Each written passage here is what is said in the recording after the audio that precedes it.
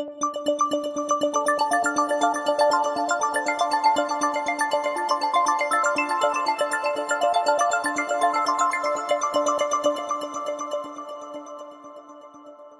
Tim was talking, I was thinking about the many conversations that we had with Henry about some of the great human puzzles to these problems. Why is it that when Americans are polled about many of the issues that Tim was addressing, they are supportive of the kind of strategies and approaches that Tim outlined, and yet we cannot get the public policy alignment in place? It's a huge problem, and it's one that we need to continue to work on. It's one that always mystified Henry, because he kept hoping that our elected officials would be rational.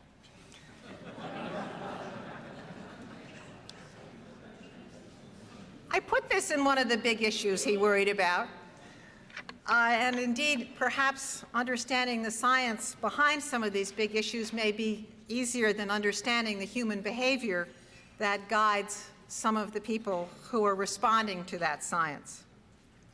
Today, we're going to be looking at three big issues that Henry focused on in greater depth: biodiversity, for which we need a new name, climate change, and arms control. We begin with the as-yet-to-be-named biodiversity problem. Ed Wilson is known to all of us. In addition to being a film star, he is the world's foremost authority on biodiversity. I know him as one of my daughter's teachers at Harvard, and as the person who comes first to mind when deep in the rainforest I see a parade of leaf-cutter ants crossing the path in front of me. Do you really want everybody who goes into the rainforest and sees an ant to think of you, Ed? Well, we do. You know his books on human nature and the ants, both of which won Pulitzer Prizes, and consilience. The list of medals would take up the time for his speech. So with no further ado, I introduce Ed Wilson.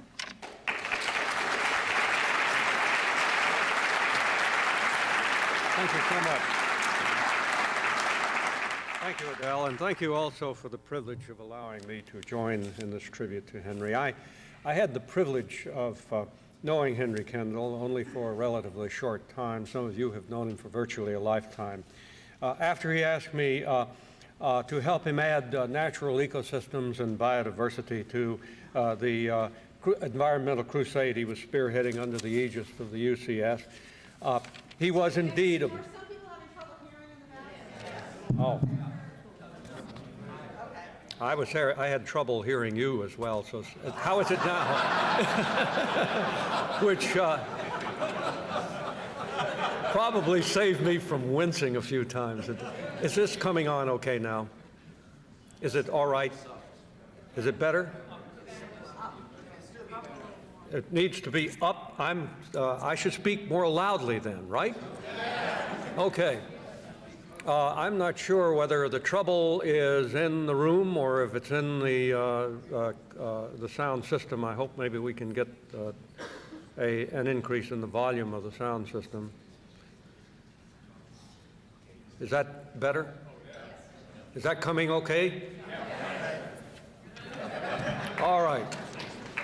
Again.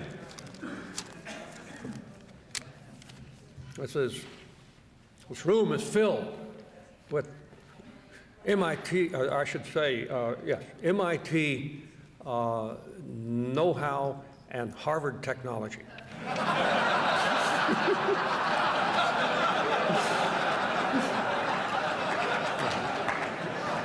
Now I had this, to repeat myself somewhat, I had the privilege of knowing Henry only for a short time when I joined his crusade under the aegis of the UCS.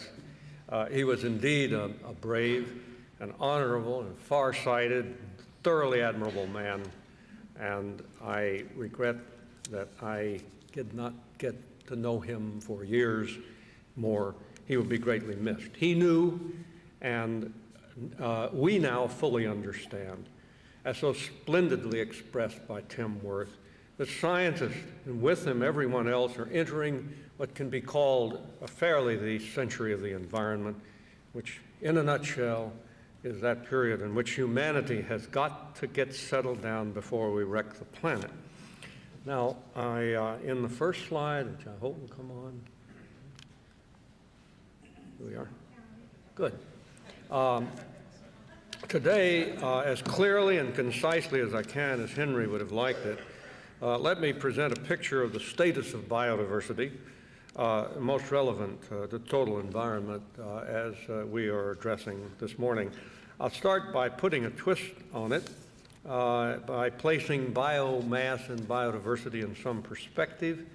Here we have representing the relative biomasses of ants representing the invertebrates, the little things that run the earth, as I like to say, with the vertebrates. As important as they are, the ant biomass alone in the Amazon rainforest, and this is true of most terrestrial environments around the world, the ant biomass, the total weight of ants alone, as just one invertebrate group, is approximately 4 times that of all of the vertebrates together, the mammals and the birds and the reptiles and the amphibians. Moreover, we should keep in mind as we enjoy and understand better the charismatic species on the minds of all, that there is beneath them in the energy pyramids and biomass distributions a great mass of species that form the bulk of the ecosystems, and these species are indicated here in total global biodiversity. This is both terrestrial and aquatic and marine, and here you see that the insects and the flowering plants dominate terrestrial and aquatic biodiversity of the world, but primarily because by almost actually 90% plus biodiversity of terrestrial systems, which is so overwhelmingly rich in biodiversity that the global picture is divided thus. And of the species that are thus represented, we can see perhaps more graphically in this cartoon the speciescape. The number of species found in each of the major groups as represented by, proportionally, the size of a typical organism. Thus, the insects with more than half of the known species of organisms on Earth looms like a Goodyear blimp above the tiny mammalian representative, the elephant there to represent the 4,000 species of mammals. And the mammals are sort of hidden underneath these large mushrooms that represent the 60,000 or so fungal species. Now, the important point I want to make out of this, aside from suggesting that we always keep in mind what the full extent of life on Earth, and particularly the diversity is how little we know about the numbers of species and the full pattern of diversity on Earth at this point.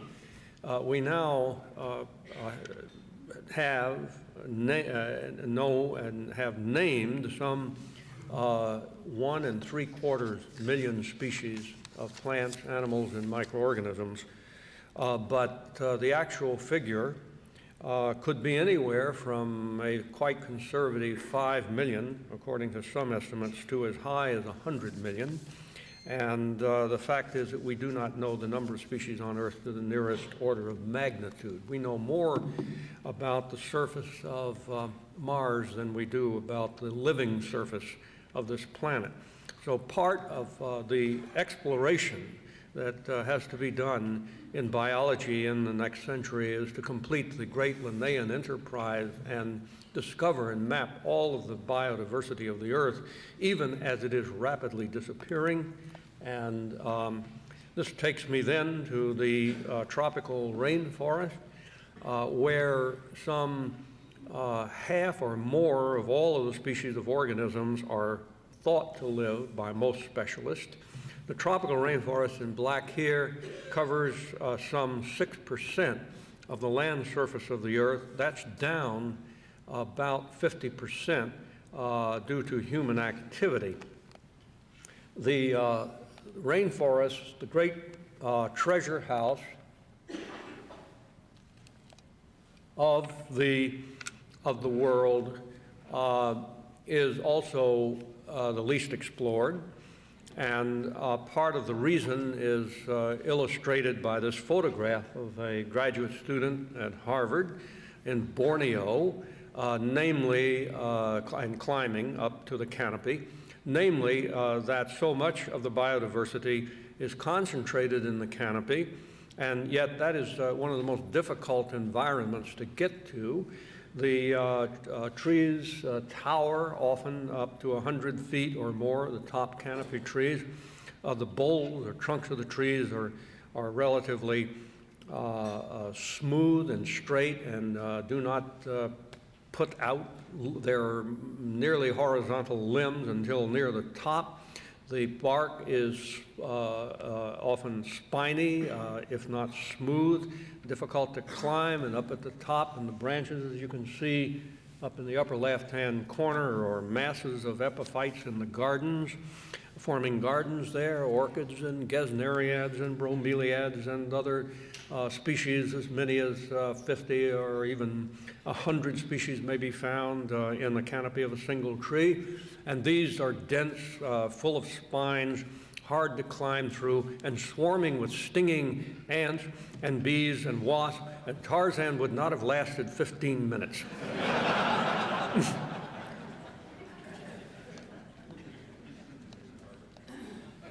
Now, many ingenious methods are being developed to get up there. One of them is, and of course, they include, and this certainly must have warmed the spot in Henry's heart, included rope climbing, standard rope climbing, rock climbing techniques to get in there, up there, but also, as illustrated here, the use of building cranes as pioneered by the Smithsonian Tropical Research Organization, and it simply consists of taking a crane up to the edge of a rainforest patch, as in Panama, or down a path, a cut road into the rainforest, and then letting investigators be out, move out on the end there, and be lowered up and down in the rainforest canopy, and in addition, rotated around. So this way you can get an enormous volume covered. And here is the actual device in place, and here is the gondola. Here is the gondola with a couple of botanists, and they are looking, seeing, and working at a spot which was not previously accessible, namely the outer foliage of the canopy, too light to support a human, and not accessible any other way from the land. And from the ground. So for the first time they can get and look right at where the growth is maximally occurring and where a large amount of the biomass and biodiversity occurs that is least explored. They also have to be in cages up there with a door that can be slammed shut fast because of the Africanized or killer bees, which have spread now throughout the New World tropics, and one does not want to be dangling at the end of a crane arm in the middle of a canopy when you bump into a nest of those. Now, There we go. Now, the diversity of the rainforest is legendary. In this from this canopy of a single tree illustrated here, I identified some 46 species of ants living there in 23 genera, and that is about the same number of species of ants found in all of Europe. So this gives you living in one tree. So this gives you an idea of just how rich the tropical forests are, if I may maintain emphasis on them a bit longer. In 1955, as a young biologist at Harvard, I set the world record for the largest number of ants found in a single kilometer, or square kilometer. I was in New Guinea at 172. I know that was a world record because it was the first time that was done. And subsequently,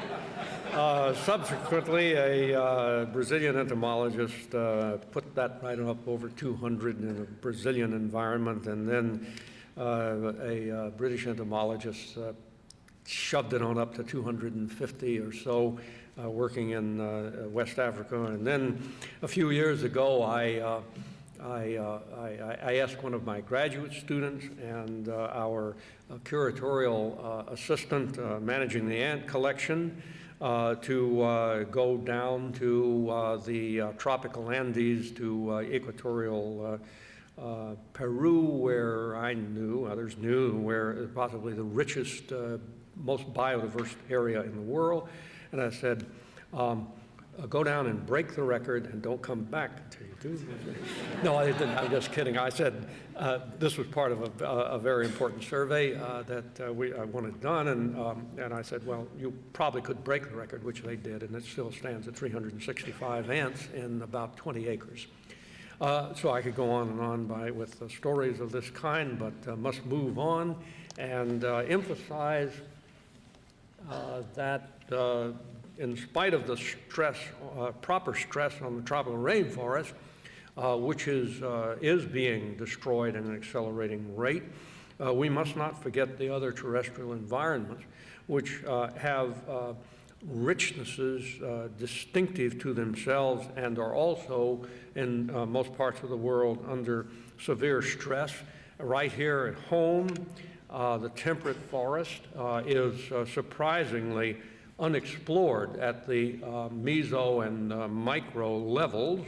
When we are in a forest and look down on the forest floor, we think we see a two-dimensional world, and that is in a sense correct, because we are among the largest organisms on Earth, and we're rather like Godzilla, walking through New York City. Everything sort of looks flat down there, but when you magnify the whole thing, and let's see, up,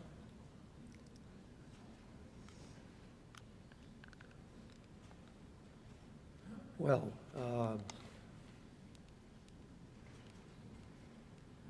we are advancing regardless of the button I pushed. Yes, thank you. I'm glad to see, in spite of the computer revolution and the prospects of petaflop, in spite of petaflop computers in our near future, the human element is still needed. Thank you, sir. At any rate, now we are a side view of this magnified many times so that you see over a distance of only a few centimeters, and that once you see this is a three-dimensional world for the majority of the species of organisms, namely as you go from the top with dry leaves, recently fallen, large spaces, a certain chemical regime, and high temperatures and a degree of light millimeter by millimeter down through the leaf litter and into the humus in stages. You are descending into different worlds, physical, chemical, and biological worlds, as though you were descending the ocean 10 meters at a time. And it is this enormous diversity in the natural ground of a terrestrial ecosystem that provides a huge array of niches for every level in the trophic web. And this is what holds this ensemble with its material cycles and balances of populations and so on, that holds the natural environment into the steady state that we so desire to see it kept.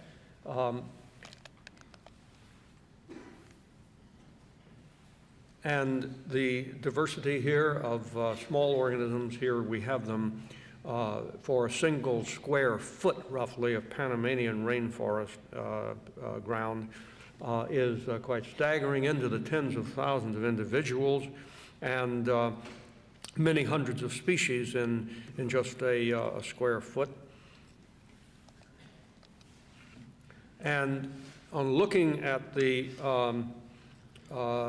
environment scaled down in this way, we see that what is apparent as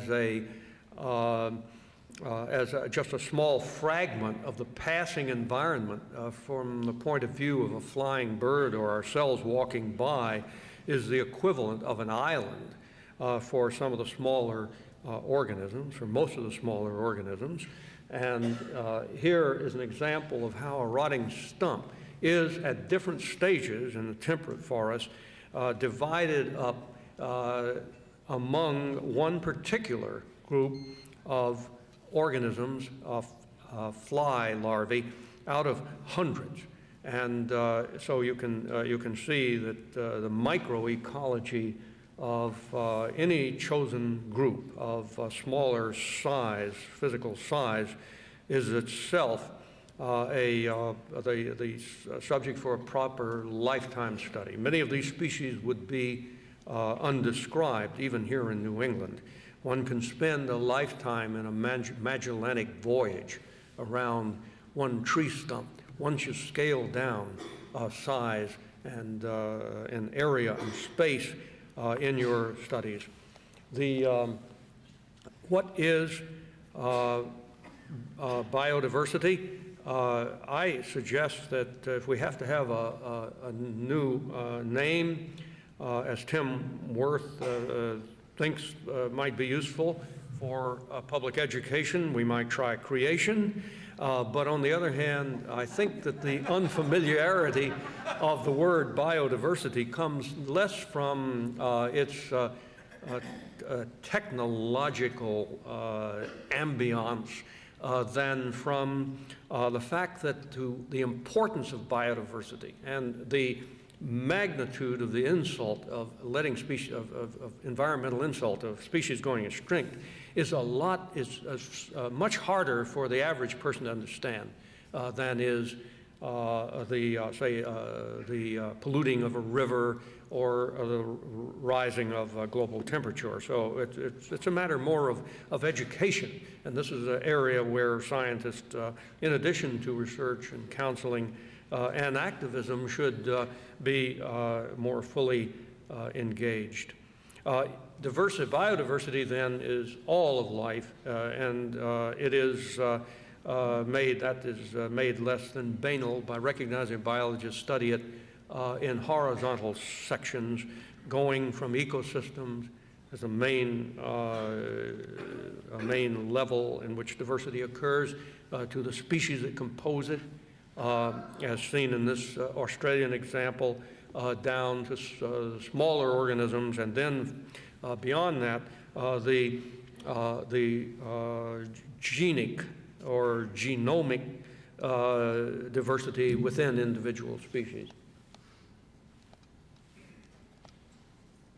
Yes, and we should bear in mind that at that last level, the diversity becomes immense.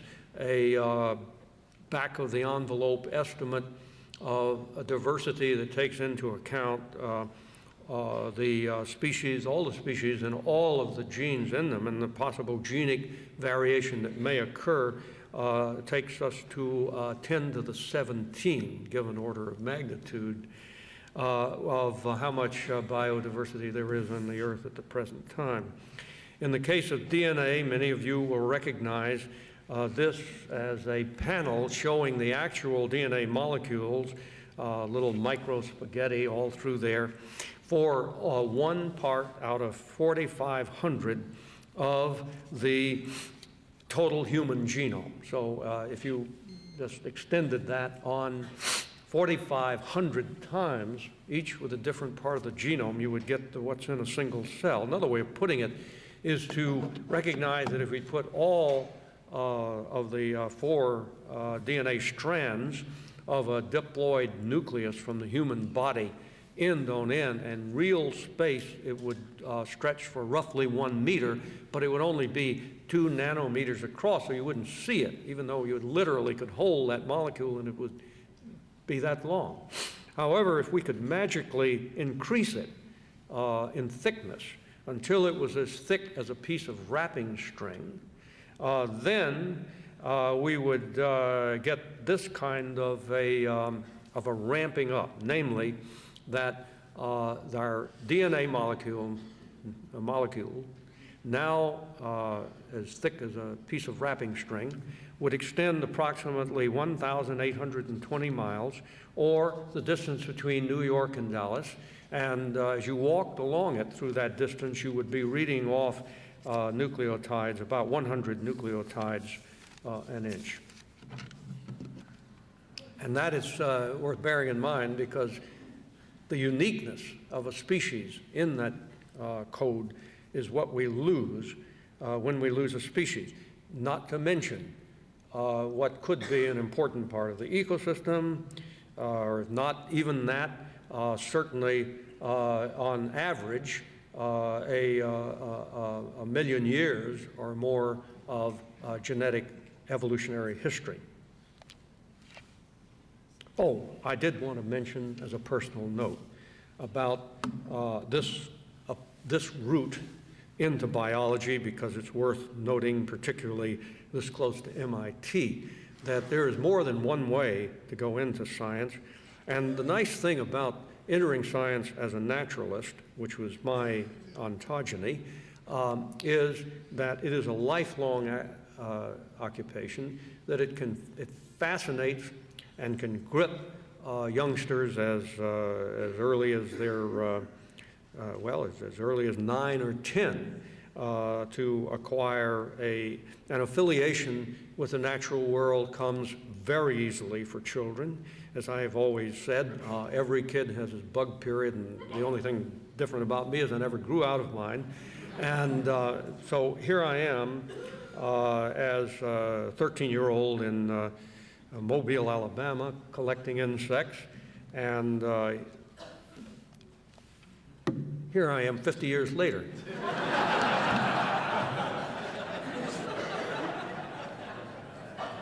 Nothing changed, basically, except that I got a great job at Harvard doing this, and also, I guess, my vocabulary grew.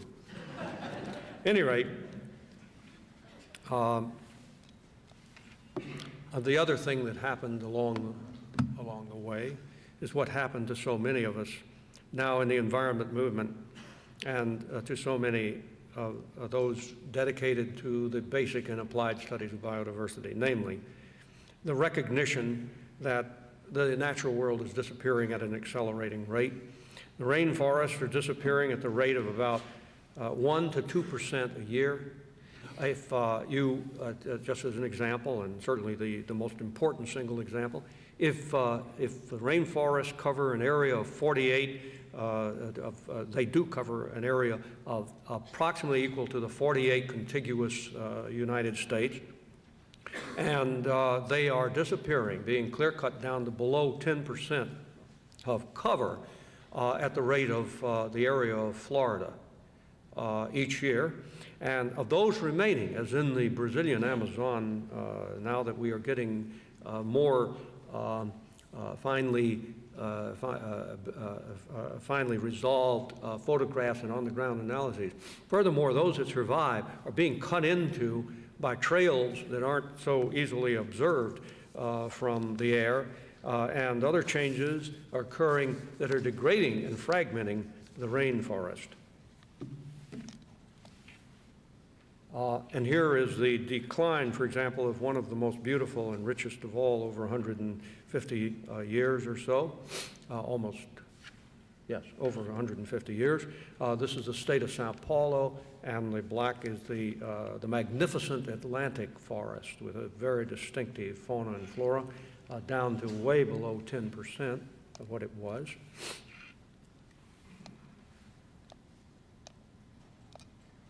Yes. And we can see, as you saw briefly in the film shown at the outset, that that humanity is changing the whole surface quite visibly. This is the collage, or a composite, I should say, of photographs taken by the U.S. Air Force Satellite Weather Monitoring Survey, showing how the world really looks at night if there were no clouds obscuring your view. And you can see that the eastern seaboard of the United States is expected, in Europe, and incandescent Japan are all lit up, but also that there are a great many small pinpoints of light through less inhabited areas in the Brazilian Amazon, and in the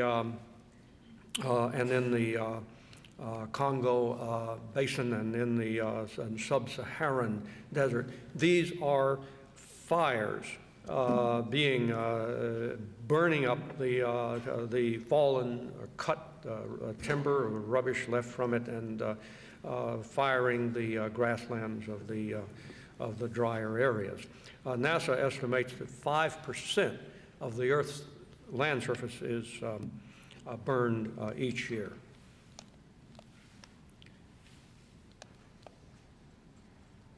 Right. And as the area of habitats decline, we know that there is a quite steady and predictable decline in the fauna and flora, the numbers of species. And this relation is illustrated here not by the physical decline of habitats, but the same thing applies in the West Indies, where the area used is that of the standing Antillean islands, from Cuba down to small islands like Redonda. We see that the number of species that stably exist there drops 50% for every tenfold reduction area. You lose 90%, you lose eventually half of the species. This is well illustrated, and this is true of habitat islands as well as regular oceanic islands. And this is well illustrated by our national park system. Parks of the western United States and southwestern Canada are in fact islands in a growing sea of human habitation and other disturbed environments. And just as predicted by our worldwide observations of the pattern of biodiversity and by the theory of turnover of species developed by biologists, the faunas are spontaneously dropping. Now let's see, I think I must have missed a, there we are. Yes, this is the number of mammal species dropping as it has dropped in parks overall in the last 100 years. Not all the mammal species will disappear, but there will be this continuous, autonomous, endogenous loss of species, no matter how carefully the parks are protected. So this is a sobering aspect of the loss of diversity through habitat destruction. And yes, This is the Nature Conservancy's latest report on the United States. Of 120,000 species we know, roughly, plants and animals, about 1% are certified extinct, and 30% are in varying degrees of endangerment. It is far worse than that in most of the developing countries. But I thought I would bring it a little closer to home to show you that right here we are suffering the same amount of stress. The red states, which include Hawaii and California and unfortunately my native state of Alabama, are among those in which the species extinction and shift to vulnerability is maximal. Now I will conclude this by showing you the faces of extinct and endangered species, because it is my conviction that only by coming to know these species as individuals, as entities, million-year-old entities that we have inherited, that are part of our lives and our environment, only by coming to know them as individuals can we expect the public to care about whether they will be preserved. Otherwise, they just become statistics, and people might be very willing to live with 20 or 30 or 40% fewer species on Earth if they know nothing at all else about what this is doing to us and know nothing at all about what these species are. So here are the portraits of several. The cerulean paradise flycatcher of Indonesia, newly extinct. The golden toad of Costa Rica, on its way, only discovered a few decades ago, on its way to becoming the national symbol of Costa Rica's natural history, extinct within the last several years. The Hawaiian honeycreepers, this magnificent explosion of species that occurred over a couple of million years in the Hawaiian archipelago, now extinct to the level of 75%, with most of the other species hanging on by a thread, several critically endangered. The Hawaiian abandoned snails, tree snails, half extinct, the others endangered. The Tennessee coneflower, endangered. McFarland's 4 o'clock, endangered. The silver sword of Hawaii, endangered, but fortunately under strict protection. The world's most endangered species, a Cook's kokio, a magnificent flowering shrub that once covered a whole Hawaiian island, now existing only as tin implants into stocks of other species. They don't even have enough genetic capacity to germinate as they exist today. So they're just hanging on in that respect.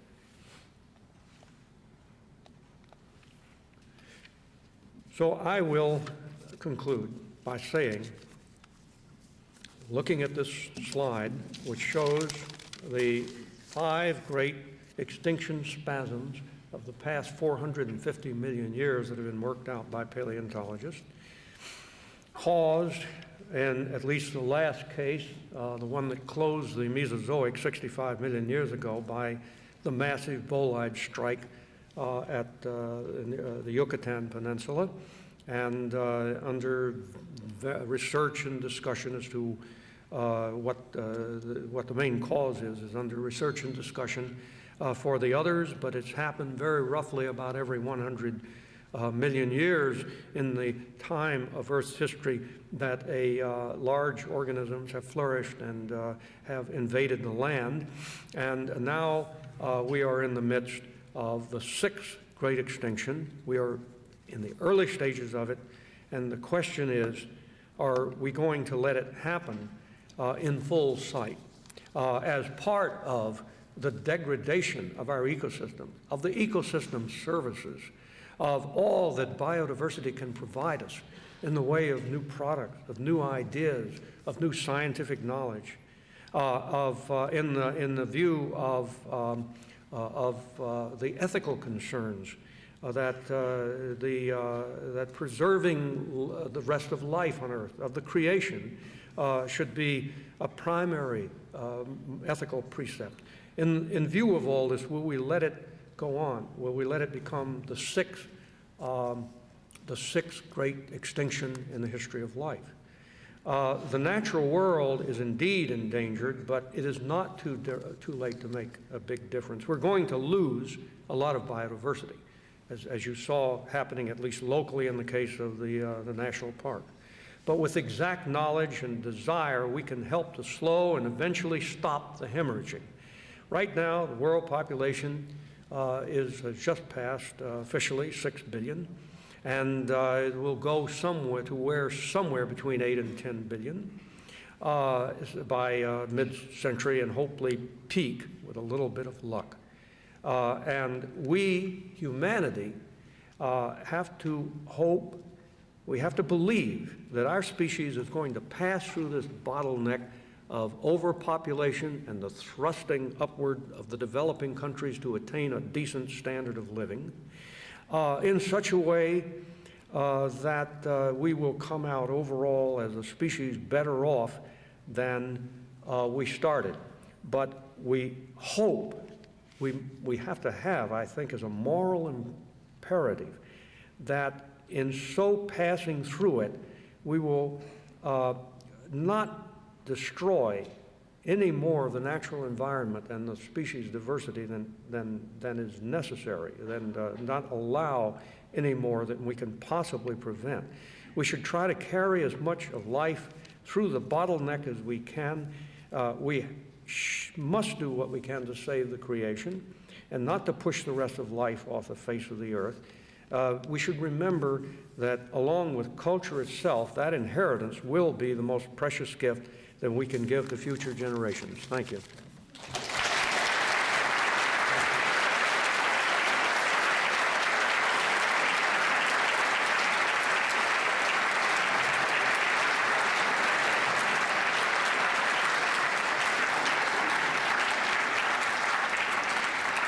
Thank you very much, Ed. I did want to assure you that when I'm in the rainforest and looking at leafcutter ants, I think of you, but not when those little red ones come and sting me. Ted Sizer, who is my mentor in educational matters as much as Henry was on many other matters, always said that when he was teaching, what he wanted always to be able to do was to say to people every 45 minutes, stand up and stretch. So this is not a coffee break, but if you want to stand up for 30 seconds and stretch and whatever, we're going to come back and then move on to another talk.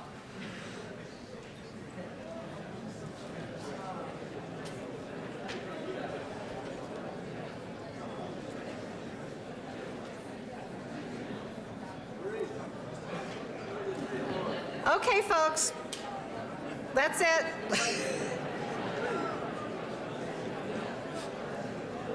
Lighting is terrible.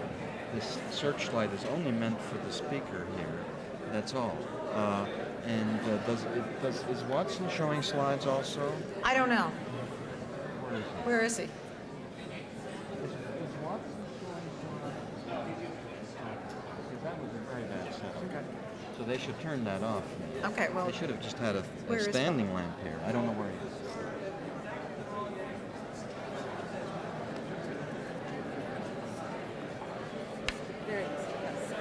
okay.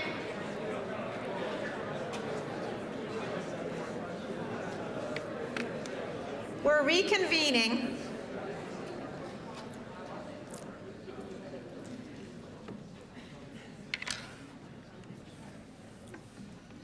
A chemist by training, Bob Watson has devoted most of his professional life to shaping and strengthening the international institutions that have an environmental impact and that indeed determine the international agenda in dealing with these issues.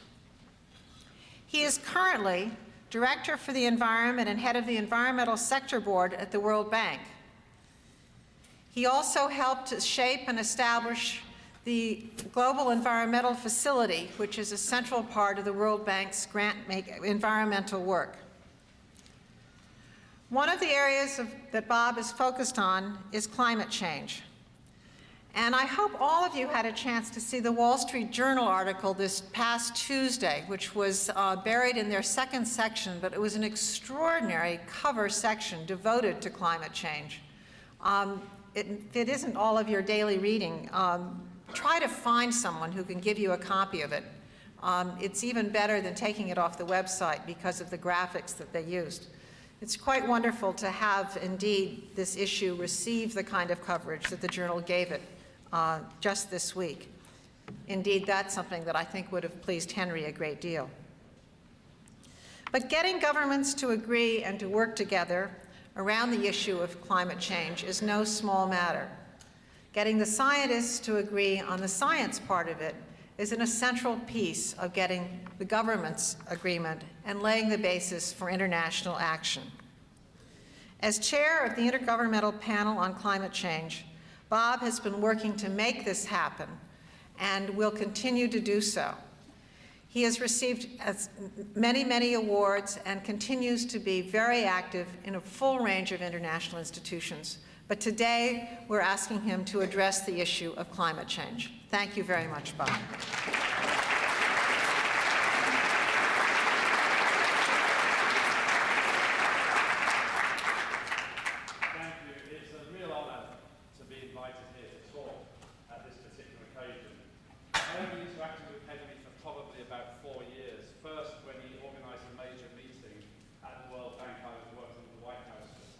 In that very short span of time, I worked with Henry on climate change issues, biotechnology, and biodiversity. In fact, my very last conversation with Henry was indeed how to get the public to understand biodiversity. It was an ICSU meeting in Paris. He felt very passionately that we were starting to get the message across on climate change, but unfortunately we had yet to get the message across on biodiversity. The mic is not yet working. Maybe you can fix that first. Okay, is it now? Yes. I've learned I can speak in an audience even this large often without a mic. Let me give you, however, I've been asked to talk about climate change, but let me first say, and I think this is how Henry would have started this, Henry cared about people, the environment, and science and technology. The challenge we've got, in reality, is how to alleviate the poverty that's pervasive in this world. As Tim Worth said, 1/4 of the world's population lives on $1 a day. That's actually the cost of my hotel room last night here. Half the world's population lives on $2 a day. That would be 2 nights at this hotel. Nearly 1 billion people are currently malnourished. 1.3 billion people live without clean water, 2 billion people without sanitation. 2 billion people live without electricity. Between 1.5 and 2 billion people live with either indoor air pollution or outdoor air pollution. 5 million children die of waterborne diseases or air pollution each year, all of it avoidable. The problem is, as we try and meet one of the basic human needs of food, something Henry felt passionately about, we're perturbing our environment. As we use excessive nitrogen fertilizers, we're starting to contribute to climate change. And as the climate changes, it makes it harder to meet food supply, especially in the tropics. As we extensify, in other words, we cut down more forests, more land for agriculture, we're destroying our forests, we fragmentate the habitat, we lose biodiversity, the ecosystem, species, and genetic level. And if we lose it at the genetic level, it once again threatens food supply. And if we use irrigation unwisely in many cases, it leads to salination of the soils, land degradation, and once again, we threaten food supply. So with the current practices, as we try and meet the basic demand for food, we're destroying our environment, and as we destroy our environment, it makes it much harder to meet that basic human need in the first place. We currently have 6 major global environmental issues, all connected to local and regional environmental issues. Climate change, loss of biological diversity, land degradation, stratospheric ozone depletion. For these first 4, we have global conventions, and the world is, to some degree, trying to get to grips with these. We also have principles enunciated in Rio on forestry and fresh and marine waters. One of the problems is, even though both the scientific community and the political community have realized these are key issues, and I'd put a seventh, persistent organic pollutants, which is also a global issue, we treat them in isolation, and in reality, they're highly coupled. As we change climate, we change the structure and functioning of ecological systems, and we change the ecological systems at the ecosystem, species, and genetic level. And as we change biodiversity, we change the biogeochemical cycling of the Earth, the exchange of chemicals and energy between the atmosphere, the ocean, and the land. As we change climate, we change the temperature structure of the atmosphere that affects the rate of stratospheric ozone depletion due to chlorine and bromine containing compounds. And as the chlorine and bromine containing compounds destroy ozone, it changes the temperature structure that again feeds back on climate.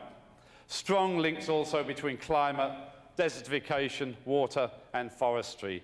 The challenge we have is to understand these scientific linkages and the policy linkages, to identify the win-win solutions and to recognize the trade-offs. Unfortunately, at the moment, we tend to look at these in splendid isolation. The key question is, what are the underlying causes? And they're basically the same, independent of which issue you look at. These are not in an order of priority. It's population growth, as Tim Worth has already talked about. It's the increased demand for biological resources and energy as a function of economic growth and population growth. And as Tim also said, it's primarily consumption patterns in the north, but exacerbated and will be exacerbated by population growth primarily in developing countries. The inappropriate use of technologies. Even after we understood that chlorine and bromine containing compounds were destroying ozone, we still carried on using them for a decade or more. Even now, as we understand that the burning of fossil fuels is leading to local air pollution, regional acid deposition, and global warming, we continue to use fossil fuels. We have to recognize that the markets do not work. They do not recognize the value of natural resources. There are no markets for pollination services, for water purification, for cleaning the air. And even if we could make the markets work, the challenge will be to appropriate the global value down to the local level, to the landless peasant. We have to recognize that we don't internalize the social costs of most of our actions. The price of coal does not include the environmental damage to human health or ecological systems. If it did, it would be much more expensive, and it would allow for energy efficiency and renewable energies to be competitive on the world's markets. We have to recognize there are both institutional and government failures. We understand about fisheries, but fisheries are collapsing around the world, mainly because we don't enforce those very regulations that were based on reasonably sound science. And unfortunately, most people don't look ahead. They don't care about their children, grandchildren, let alone the generations to come. But I wasn't asked to talk about that. I was asked to talk about climate change. The issue is very simply, as we produce energy from burning of fossil fuels, coal, oil, and gas, as we deforest the tropics, we put more greenhouse gases into the Earth's atmosphere. As we put more greenhouse gases into the Earth's atmosphere, we believe we are indeed changing the Earth's climate. This figure shows the CO2 emissions over the last 140 years, and they're growing continuously. As I say, due to energy policies and land use policies, and the atmospheric concentration of CO2 is going up. The background concentration of CO2 at the beginning of the Industrial Revolution was around 280 parts per million. Today, it's 360 parts per million, a 25% increase. Is it easy to understand the climate system? No. First, we have to understand human activities. We have to understand population, we have to understand economic growth, we have to understand the availability of energy, we have to understand how research and development may change energy technologies, we have to understand the policy formulation process of how those energy technologies will penetrate the marketplace. We have to understand the natural forcing of the Earth system, changes in solar radiation, changes in volcanic activity. And within that, we have to understand the interplay between the physical, chemical, and biological system. What would we predict, though, from theory, would happen with more greenhouse gases? First, there should be an increase in temperature, more in winter than in summer. 2, there should be more precipitation, especially in winter. Third, very, very iffy issue, this one, reduction in the Asian monsoon precipitation. We expect longer-lasting droughts, especially in summer. We'd expect nighttime temperatures to increase more than daytime temperatures, and we'd expect more heavy convective rainfall. We're actually observing all of these. This is temperature for the last 100 years. The red spots show areas where the temperature's increased. The mauve spots, which is only 5 on there in total, I think, show it's decreased. Literally, the Earth's mean surface temperature has increased. This is this green line is indeed the temperature increase over the last 100 years. It's increased about 0.6 degrees centigrade on average. The land surface temperature is about 0.8, and the ocean's about 0.4. Is it consistent with theory? The simple models clearly don't try and simulate all the bumps and wiggles which are due to changes in solar output, volcanic eruption, and the natural exchange of energy between the atmosphere and the ocean. But the model is basically consistent with a theory that suggests in a double CO2 world, the Earth's mean equilibrium temperature will increase 3 degrees centigrade. Doesn't sound a lot, but if you remember the last ice age was only 5 degrees cooler than it is today. So 3 degrees centigrade is a very significant change. If, however, we take a more sophisticated model and look at the change of temperature as a function of latitude, the equator here, South Pole, North Pole, close to the Earth's surface and close to the tropopause, 10, 15 kilometers above the Earth's surface. If we had a model that only had greenhouse gases, we would predict the Earth would become warmer. It would become warmer basically to date by about 1 to 2 degrees centigrade. These are the observations over the last 25 years. And as you can see, the observations suggest warming in the southern hemisphere, less warming in the northern hemisphere, cooling up high. So the CO2 model isn't exactly perfect. It doesn't show the interhemispheric asymmetry. If, however, we also allow that when you burn coal, you also put sulfur dioxide into the Earth's atmosphere, which becomes actually the formation of acid deposition, you effectively get a cooling in some parts of the Earth. And what happens is there's an offset of the CO2 warming in the northern hemisphere due to the large amount of sulfur dioxide put in by burning fossil fuels in the northern hemisphere. Now, when you compare this calculation to the observation, you see the interhemispheric asymmetry, and to a first degree, the actual magnitude of the projected climate change is similar to what we've actually observed. You could say that we haven't got the transition between warming and cooling correct between the models, but I brought the more sophisticated slide that shows, taking into account stratospheric ozone depletion, the transition between warming and cooling becomes almost perfect. Okay. Now the question is, what's likely to happen in the future? Depending on what population increases you predict, depending on what you believe will happen to energy prices, economic growth, we believe atmospheric emissions of CO2 will increase. We believe atmospheric CO2 could increase from 360 parts per million today to somewhere between 500 parts per million and 1,000 parts per million.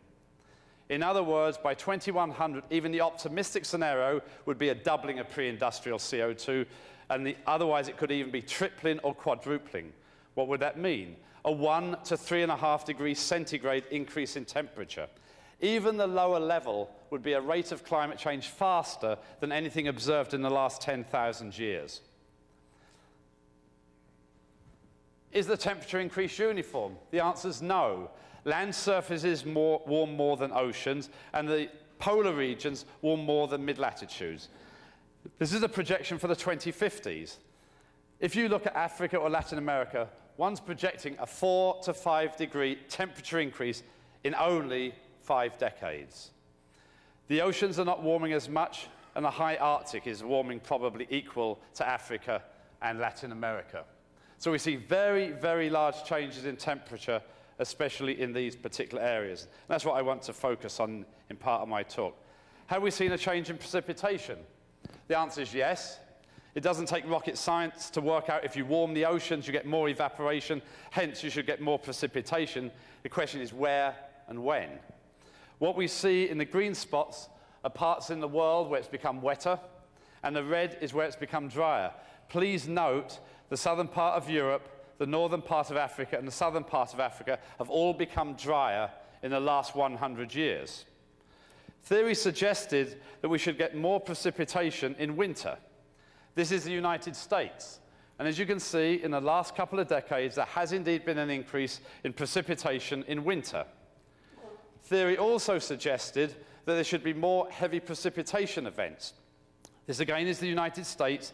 The definition of a heavy precipitation event in this particular analysis is 2 inches of rain within 24 hours. And what you see is indeed an increase in precipitation in heavy events. There's also another slide which complements this, which is what's happened to light precipitation events, and they've actually decreased in the United States. What this actually leads to is in an area which has, say, no change in annual precipitation, one will have both more floods and more droughts in the same place. A very perverse outcome. This is the projection for rainfall precipitation in the 2050s. Look what the prediction is for Africa. Northern Africa, Southern Europe, through to the Middle East, and Southern Africa projected to be drier. If we'd have simulated backwards for 50 years, it would have been exactly the same pattern. If you remember the pattern I showed earlier of precipitation changes across the world, it's exactly this pattern.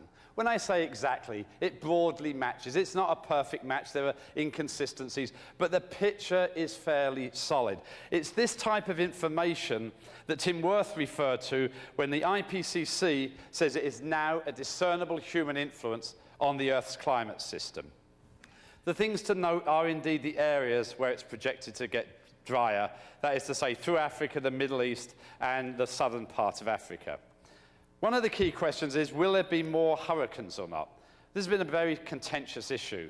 The observational record of the last 100 years for the United States shows there has been no change in either the frequency or the magnitudes of hurricanes hitting the United States. It's also suggested from the theoretical models that we don't know if it will change in the future. Some models do suggest an increase in the frequency and magnitude of hurricanes, others don't. But the observational record to date says no significant change in the hurricanes hitting the United States. One of the real questions that we have to ask ourselves is, will the flow of energy and the circulation of the oceans change?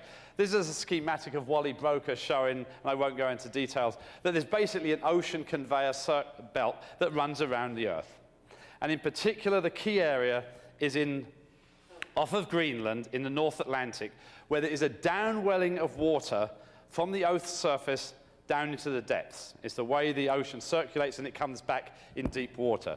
One of the questions is, in a warmer world, can we stop the ocean circulation? If so, there would be tremendous changes in the Earth's climate in all regions of the world. Why could you conceivably change the ocean circulation belt? Very simply, at the moment, the water off Greenland is very cold and very, very saline, and it sinks. In a warmer world, the temperature would go up, so it's got less reason to sink. But even worse, the Greenland ice belt or ice sheet could also melt, making it less saline. So in two reasons, it'll become less saline, less cold, it won't sink. Is there any theoretical observation to say this is likely to occur? This was a little model put together by the British Met Office. They actually went back 100 years. The black line is what they ran their ocean circulation model for about 100 years or 200 years, and they said what would normally be the downwelling or the convective overturning of the ocean. It was the black line. They then said, well, what if in 1900 we'd have actually started increasing atmospheric CO2 at 2% per year? And it suggests that after only a few years, you would have a significant change in the overturning of the ocean. They then simulated what's actually happening, which is the business as usual greenhouse gas emissions, and they actually started at real time. And you can see it follows nicely, but they suddenly start to see in their model a significant change in the downwelling of water off of our Greenland. Will this occur? It's not clear, but many theoretical models show this type of behavior, and it could mean there could be a nonlinear response to the climate system with respect to our increases of greenhouse gases. There's another interesting issue. All of you have heard about the El Nino phenomena. It's a periodicity in the climate that occurs naturally every 2 to 7 years, and when it occurs, there are major shifts in the Earth's climate naturally throughout the world. Well, in a normal year, a non-El Nino year, you have the ocean off of South America. This is South America. The ocean moves east to west. You have some moderate convective activity at the equatorial belt, and you see an atmospheric circulation here. The intensity of the hydrological cycle is by the amount of cloudiness we see here. We also see that effectively the ocean returns this way, and so you have the nutrients or the thermocline right up against the ocean surface. Very, very intense nutrients, a very, very effective fisheries, very efficient fisheries off of Latin America.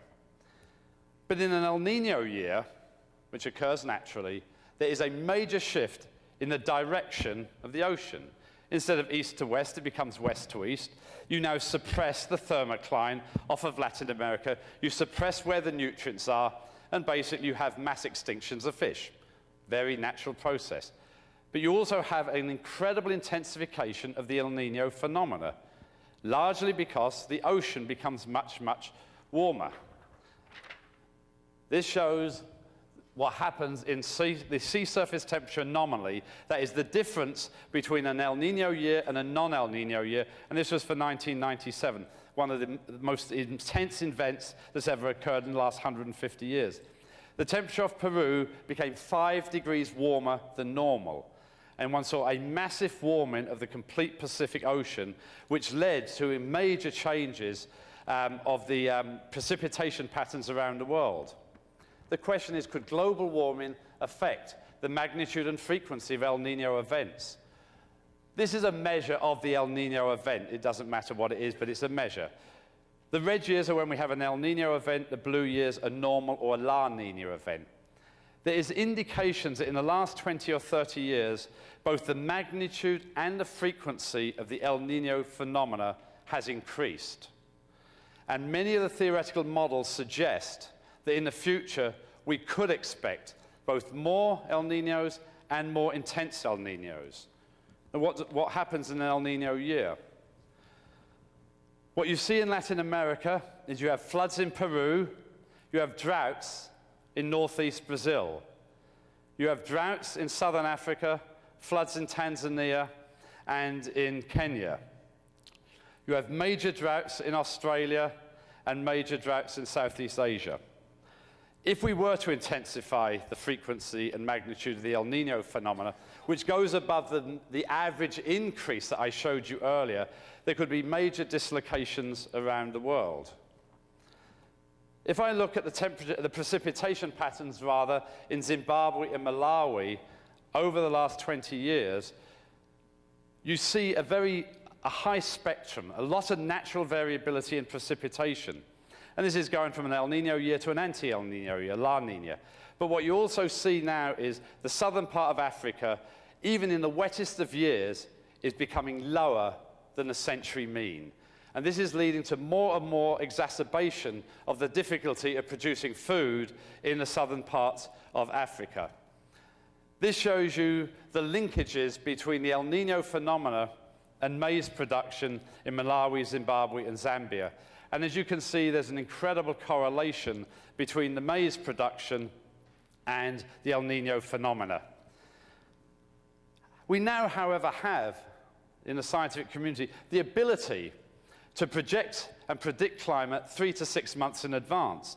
And if indeed, rather than the farmer just assuming it's going to be an average year, which it never is in Africa, if we can tell them whether it's going to rain more or less, whether the rains are going to come early or late, they can choose when to plant and whether to plant a dry crop or a wet crop. And indeed, this is just this shows you the ability, and this was for 1997, the last very major El Nino event. This is the model. It's a probabilistic model. We don't just say if it get wetter or drier, but we project the probability of becoming wetter in different parts of Africa, for example, or the probability of becoming drier. And if one looks between the projection and what actually happened in 1997, it's not a perfect fit. It indeed got it right here. There was far more rain, just as projected. It became far drier here, just as projected. And it became far drier here. We missed this part here where the model predicted it was going to get drier. It was wetter. But to a fair degree, we're starting to have the ability to predict 3 to 6 months in advance what is likely to happen to precipitation patterns in places such as Africa, Latin America, and Southeast Asia.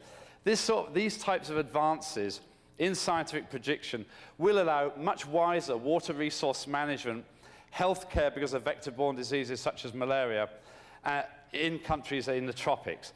But there is an interesting problem, and that is, if indeed the El Nino phenomenon becomes stronger because of global warming, it really will indeed make it very, very difficult for water resource management in Africa. This quickly shows what's happened in Brazil, where they have tried to use these El Nino forecasts. In 1987, there was no action. We had no ability to project the El Nino situation. They only received 70% of the normal precipitation, 30% less than normal. The grain crop, instead of an average of 650,000 tons per year, was only 100,000. In other words, they only had 15% of the normal grain crop. They lost 85%. In the following years, there was indeed action taken. 1992, very similar to 1987, and yet the grain crop was almost normal, 530,000 tons. In other words, 82%. They only lost 18%. They changed the planting time. 1993, there was only half the normal precipitation. Yield dropped tremendously to 250,000, but still not as bad as in 1987. And then we projected for 1994 it was going to be a very rainy year. Precipitation was 120% of normal. The grain production doubled the normal. This looks a very good news story. It was. The only problem is they had no grain storage capacity, all the excess wasted. And so basically, if one starts to learn how to utilize this information, one can put in the capacity for either whether it be dams, water reservoirs, but also for grain storage. And this is one area we have to start to move forward on. We have to prevent, we have to get upstream. Normally what happens is we have an agricultural season, insufficient rain, a drought, agricultural productivity sort of drops, there's a drought appeal. The US, Europe, the other donors all come through with money, but by the time they come through with money, you're in the middle of the heavy rains. It's a totally hopeless approach, basically. So we now have to start to use the science for wise resource management. But to go back to the long-term impacts of climate change, why do we care? We care for the very things that Henry cared about: water, food, health impacts. We have to look at the impact of the change of temperature, precipitation, and sea level, not only the mean, but the variability on health, primarily vector-borne diseases, agricultural productivity, the impact on our forests, our water, and our coastal zones. And there are indeed major issues with relating to species diversity. If you remember the pictures I showed you a little while ago, I saw Africa getting very hot. I also saw less precipitation in Africa. This is annual runoff, and what you can see in the northern part of Africa, through the southern part of Europe into the Middle East, and in southern Africa, decreased by at least a factor of 2 in runoff. What will that mean? It means that there could be significant changes in water stress. Today, about 19 countries, 20 countries around the world are water stressed or water scarce. This number will double in the next 25 years, independent of climate change. Just because of population growth and economic growth, we would expect rather than 10 to 20% of the world today being water scarce, it would be significantly higher. Climate change is an additional factor or an additional stress that will effectively exacerbate the problems of water scarcity in northern Africa, southern Africa, through the Middle East. With respect to India and the US, it's so close that some models, this model suggests that India becomes water scarce and America actually becomes less water scarce. But another model shows the US become more water scarce and India a little less. All the other countries, though, are very robust, independent of the models. The key to trying to understand India is predicting what will happen to the Indian monsoon. It's very, very tough to do that. All of these other countries that were read in the previous document. The US also, it seems a little tricky. It's on the margin of a slight decrease to a slight increase in precipitation. As I've already said today, roughly 90% of the population has relative sufficiency of water.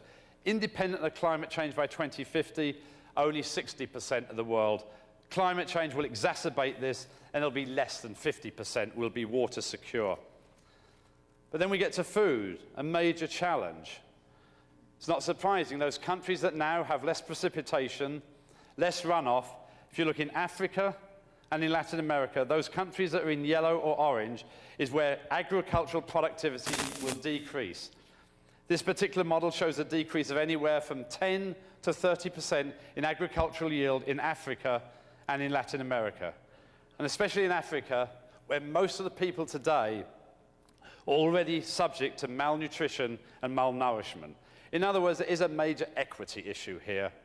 It is primarily the developed world, the US, Japan, and Europe that are putting the greenhouse gases into the atmosphere.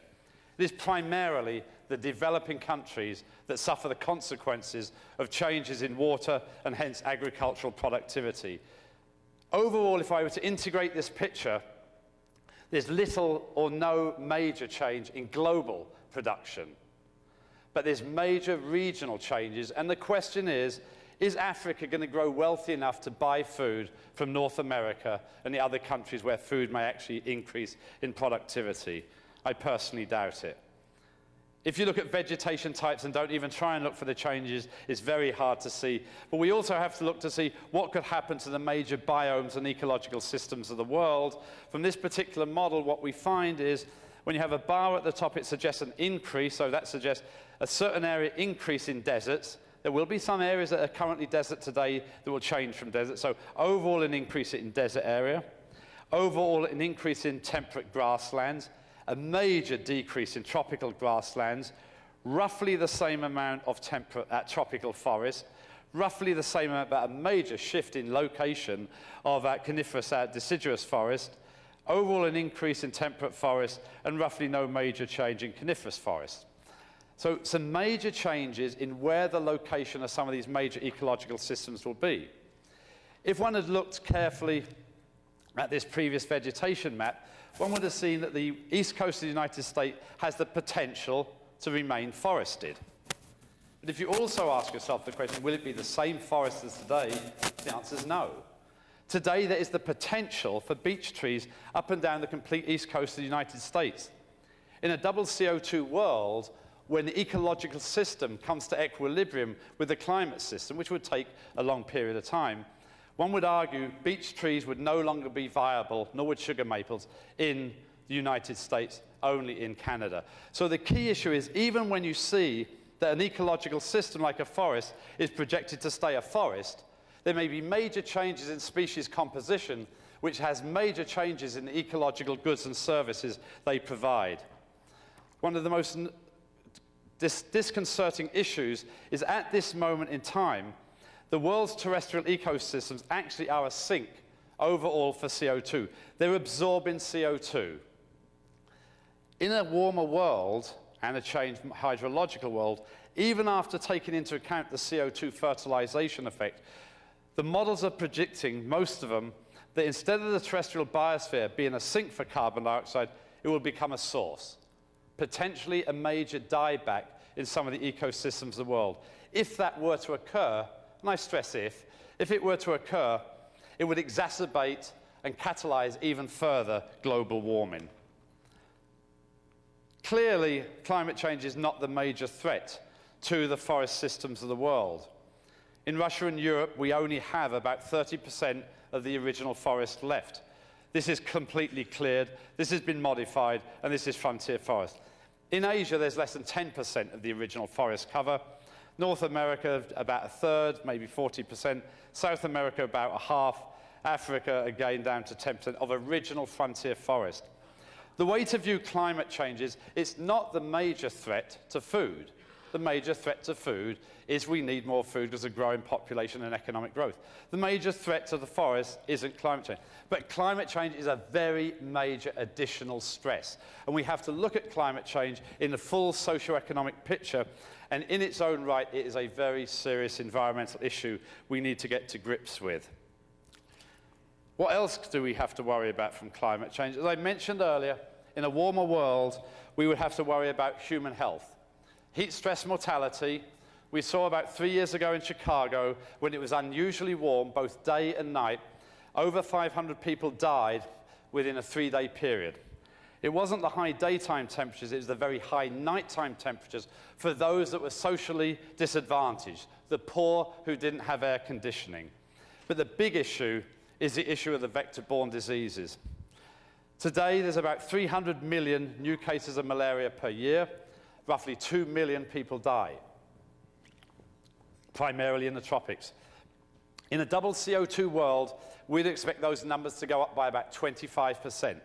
In other words, an additional 50 to 80 million cases of malaria per year, an additional 500,000 people dying per year because of malaria.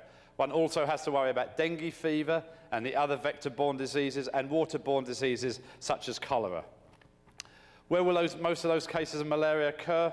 Even though there's a potential for malaria to spread into the United States and Europe, the healthcare system here will take care of it to a large degree.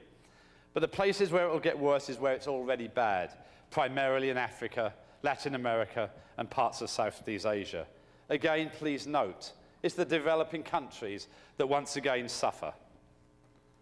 Sea level rise. A half meter, 50 centimeter sea level rise. What are the implications? Major loss of wetlands up in this part of the world and here. Potentially between 10 and 50 million people being displaced around Africa. Potentially 50 to 100 million people being displaced in Southeast Asia and up in China. The low-lying deltaic areas in Bangladesh, Egypt, and China. Tens of millions of environmental refugees. Small island states like the Maldives Islands, where there's 1,200 islands, average height 3 feet, in 1 or 2 centuries could conceivably disappear. A complete loss of cultures. This shows you the map of Bangladesh. It doesn't show very well, and I apologize. This is the current coastline with a 1 meter, this is 1 meter sea level rise. It moves in about half an inch on here. 70 million people live there. Half the rice is grown there. Bangladesh is one of the poorest countries in the world, one of the most complex deltaic systems. It doesn't have the options of the Netherlands of just building sea dikes. So where do we go from here? I'm not going to go into all the ways that you can indeed mitigate climate change. I'll more focus on sort of the general objectives. I personally believe, and so does the IPCC, there are cost-effective approaches to dealing with climate change today. But there are some real challenges. There are scientific uncertainties. There is no doubt about that. But there is the potential for irreversible damage, such as species loss. There are lags between emissions and the effects.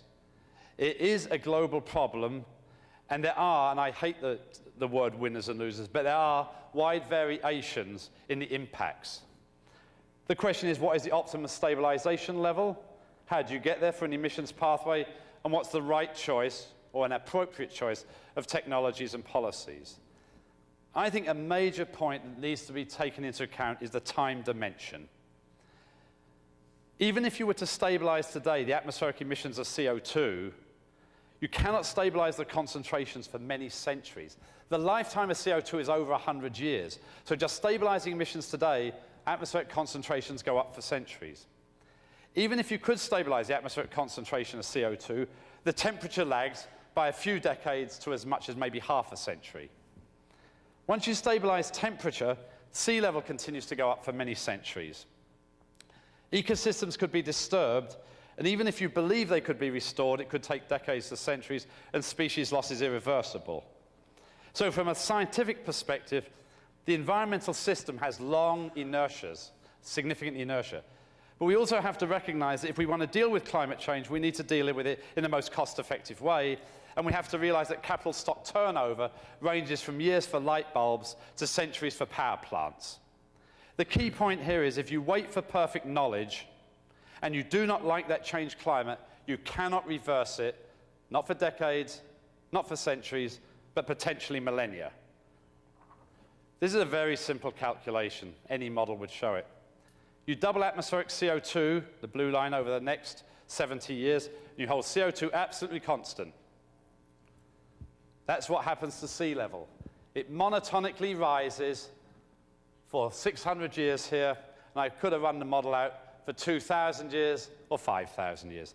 This is one of the issues. Once you force climate to start changing, you cannot reverse it quickly. Clearly then, governments decided the time for action is now. I've already said the resident time for CO2 is more than a century. The policymakers recognized that you cannot wait for perfect knowledge, and they recognized the precautionary principle applies. At least all of them did, but the US Senate. Where are the CO2 emissions going up? Primarily in developing countries. There is no question that to date, most of the greenhouse gases have been put in by the so-called Annex I, or the developed world. Over the next century, the growth is primarily in developing countries. But let's remember the per capita emissions. The per capita emissions of the United States and Europe relative to most developing countries is a factor of 10 or 100.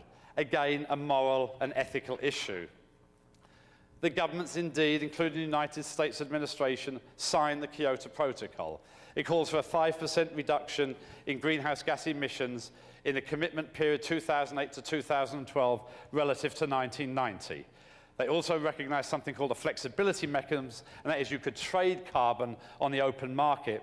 I believe this is a superb invention. It's like the sulfur market in America. You can now make carbon a commodity.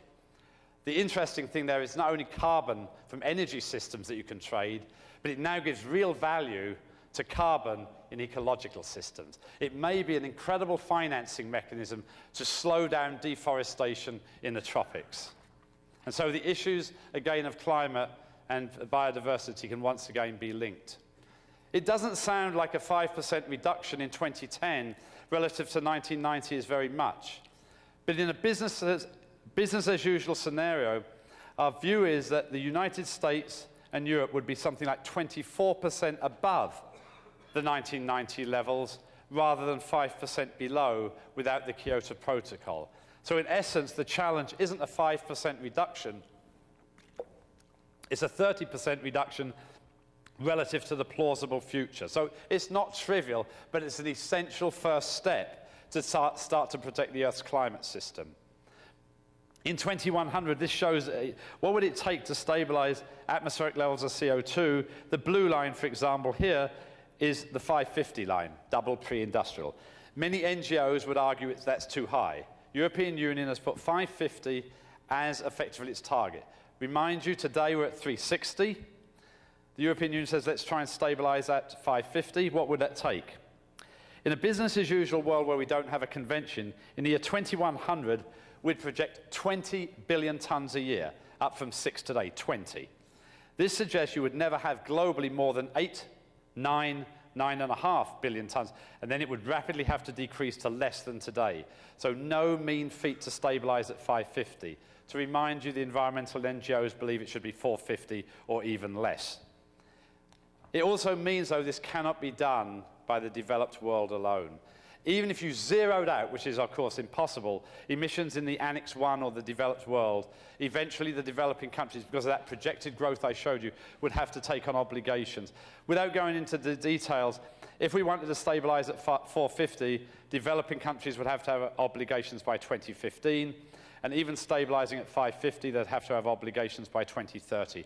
This means there has to be collaboration between the developed and the developing world, with both financial mechanisms and technology transfer, including education and knowledge transfer. Even stabilizing at 550 still means more than a 2-degree centigrade change. It doesn't mean stopping climate change. It means limiting it to 2 degrees. If it's at 750, which some people have advocated, that means stopping it at 3.5 degrees centigrade. What sort of plausible world would potentially save us? This was actually done by Shell. They looked at the potential governance structures in the world, whether American economic power triumphed or whether the Asian markets took over. They actually looked at the sort of population, economic growth, the potential of new energy systems coming on board. And this is not a projection, but it's a plausible future that they're now thinking about. British Petroleum's done something similar. Their view was that fossil fuels will continue to be important over the next 50 years. But the new emerging technologies of wind, biomass, solar are going to become more and more important, such by 2050, 2060, One may have an energy market that's only half fossil fuel and is effectively and I've just been reminded that wind power is also extremely important as well, which is indeed true. The wind power is actually there in blue. I forgot to mention it. Yes, I know. I've got two more for you, fellows. So the point is, how do you get there? In reality, it's not technology, in my opinion. It's actually getting the economic policies right. You need sector reform to get rid of perverse economic subsidies for energy, for fossil fuels. When you do that, it helps to promote energy efficiency. It helps to make a more level playing field for renewable energies. We have to focus on renewable energy. We need to internalize the environmental pollution costs of local environmental pollution. So we need economic instruments, we need standards, we need regional agreements, but most of all, we need more renewable energy, and we need trading systems to bring the cost of energy down. The last comment I'd like to make is very simply, has this ever worked before? The answer is, on the ozone issue, yes, there was complete success. There was a wonderful link between advances in science, the international scientific assessments, and policy conversion. From 1985 to 1995, we made a series of discoveries with respect to the ozone hole. Mario Molina, who won a Nobel Prize for his pioneering work with Sherry Rowland, who's in the audience here today, played a key role in this. But as we understood the science, we interpreted it through the international assessment, so the whole scientific community and the policy community listened, and there was a series of decisions such that effectively now all the long-lived chlorine and bromine containing compounds are being phased out. Atmospheric chlorine has not only peaked, it's starting to go down. We actually avoided, and this is effectively what we're now seeing, it's peaked and it's going down. It avoided a world where chlorine could have gone up to 25 parts per million. It's now effectively about 3.5 and starting to go down. How did we accomplish that, and what do we need in climate or biodiversity? Solid research from the individual researcher, national research programs, principal investigators, national, international programs. The policy formulation is absolutely critical of the governments with the big international conventions, their science bodies. The assessment process is critical. If you don't have an international assessment, one country uses one piece of science, another country uses another piece of science. So the national and international assessment process, which brings in the scientists, the technologists, the economists, and the ethicists, which is absolutely critical, is to bring the ethical dimension, absolutely critical. We need financial instruments, including how to make the market work, and the role of civil society, the general public, the NGOs, industry, and the media, absolutely critical. The bottom line is we need political will. We need better science, there's no question, but even more we need political will, and we need to take an integrated approach if indeed we are to protect our environment. Thank you.